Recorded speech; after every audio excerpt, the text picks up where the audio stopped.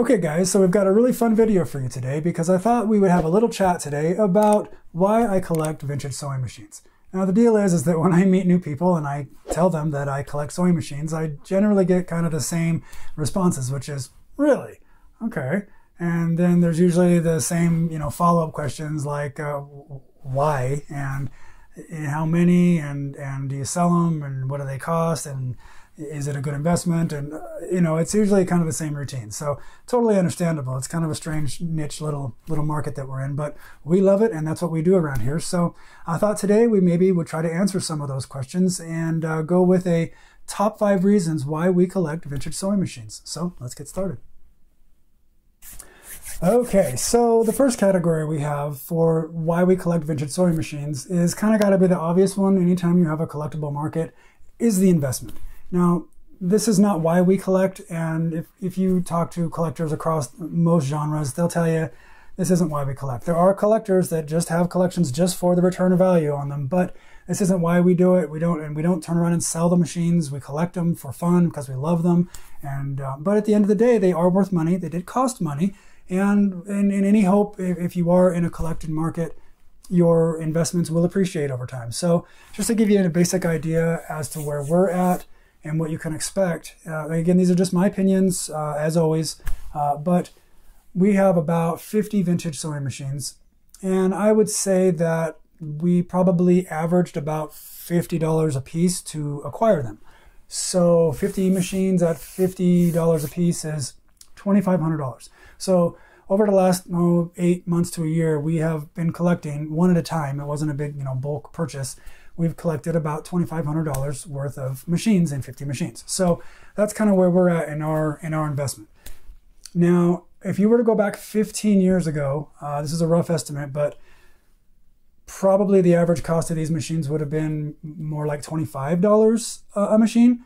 And so 50 machines at $25 would be $1,250 or so.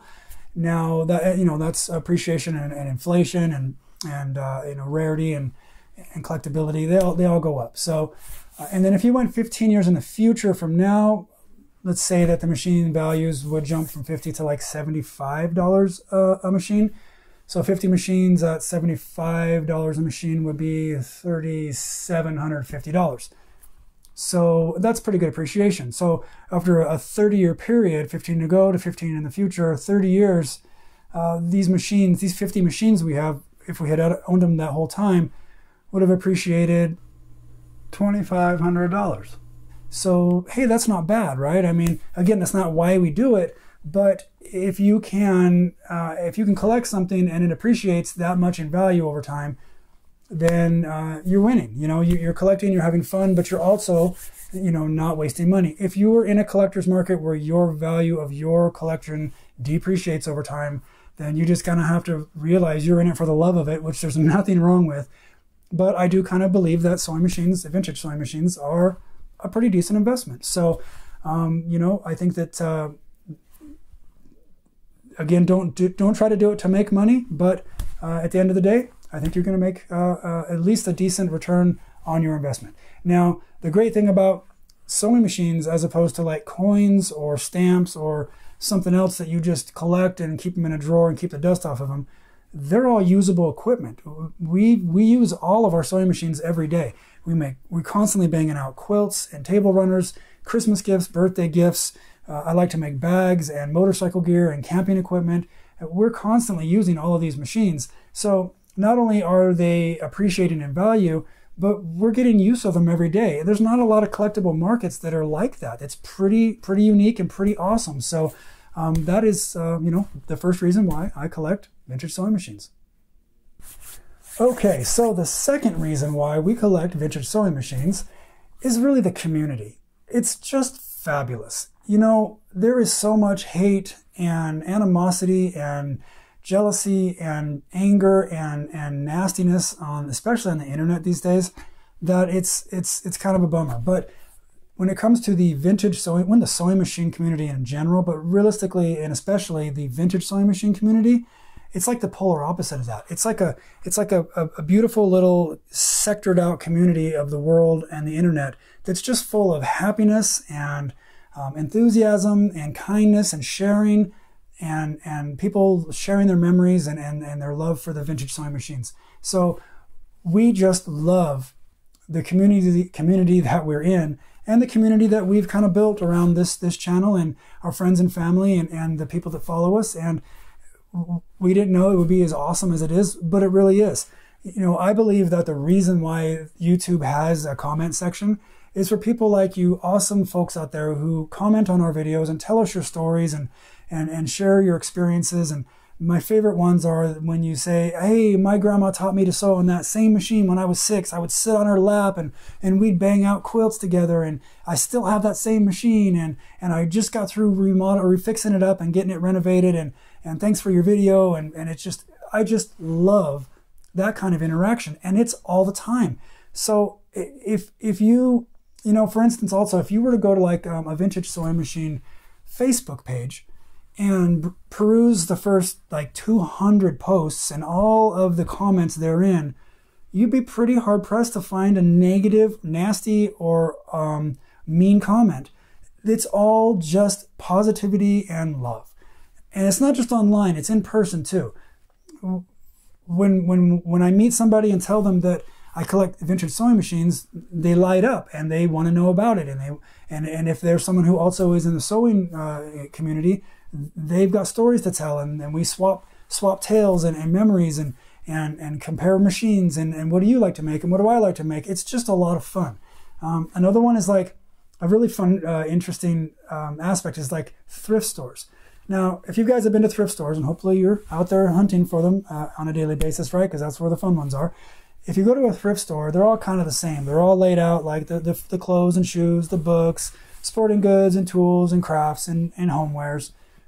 If you were to walk up to somebody perusing the tools and try to strike up a conversation, they're going to look at you kind of funny and kind of walk away. If someone's looking at shoes and you want to talk about shoes, they're not going to be into that. You know, it's just not an inviting situation. You walk into any thrift store and see a nice person perusing through the fabric that they've got, or the patterns that they've got, looking through the dress patterns or the teddy bear patterns or the coats or whatever they've got. Anything in the sewing machine area of a thrift store, and you walk up and say hello, you're going to be into a 20-minute conversation. That's just fun and talking about memories and talking about what they like to make and what you like to make. And they're always surprised that I'm a guy and that I sew and that I collect machines and I'm interested in learning. And it's just a wonderful community. The people are always wanting to talk, and they always want to share, and they always want to be kind of a part of the energy that you're throwing out. So the community by far is one of the best reasons why we enjoy collecting vintage sewing machines. So that's number 2. Okay, so the third reason why we like to collect vintage sewing machines is home decor. Now, I didn't know this was a thing. I didn't realize how cool this would be when we started collecting these things. But, you know, there's no quicker way to kind of snazz up a room and give it some elegance than to put out a vintage sewing machine. There's so many ways to display these things. You can get a tall rack with them stacked up in the corner with a light behind them. You can use the cabinets as a when the machine's not out, you can use them as an end table or a lamp and a plant table with a little light on them, an accent light. Stick them in a corner, stick them next to the TV. You know, wherever you want to use them. They're elegant pieces of furniture because back in the day when they were made in the 20s and 30s and 40s, style was a really important thing. Unlike the kind of the machines of today, which are real more functional and more about how cheap can we make them, and they're all plastic and they're not really display function, with them. But, you can take, if you've got a turquoise 3/4 machine that's super cute and a little box made for it, and let's say you have a piece of art on the wall that's turquoise, and you can match it with your turquoise machine and put a little plant by it and a little lamp by it, and you've got yourself a nice little carved out nook in a room that matches. And the cool thing is you can use it. You grab that machine and use it and put it back, and now it's gone from being functional to being art. And let's say you have a rack of 30s machines that are all black and they all they're all old Singers, or you got all featherweights and they're all displayed neat. But time changes and the seasons change, and maybe fall comes and you feel like moving into a 60s mode. And so you take all your featherweights off the rack and you redecorate it with all of your 60s machines or late 50s machines, but the cool styling and the blues and greens and whites and browns, and you just have this versatility. And the more that you have, the more choices that you have for decorating. So, and then you can just sporadically stick machines throughout the house. You can even put one in the bathroom between your sinks if you want. If you've got a cute little machine that's just even if it doesn't work and it's a really pretty little display machine, hey man, you can stick them anywhere in the house and add a little class to the room and a little bit of a design touch. So sky's the limit on that, and the more of them you collect, the more choices you have for decor. Okay, so the fourth reason why I collect vintage sewing machines is probably my favorite one, which is the hunt, right? You never know when you wake up in the morning, what are the opportunities going to have that day? Are you going to find that killer machine at a killer price, or is one going to drop in your lap? What's it going to be? And so if you just kind of look at every day as a new opportunity, it's really quite fun.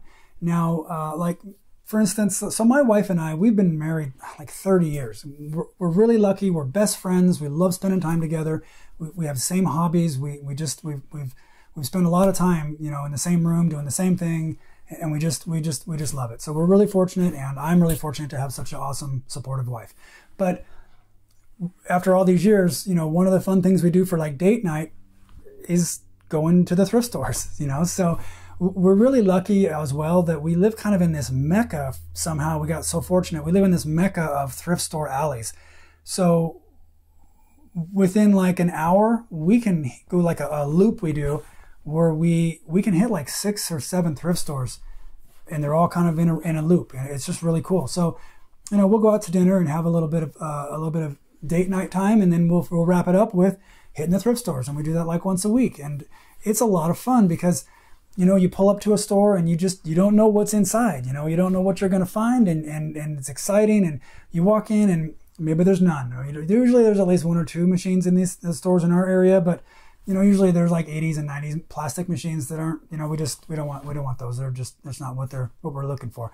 But every once in a while, man, you never know when you're going to find something like this sitting in a thrift store waiting to be taken home. So that's a lot of fun.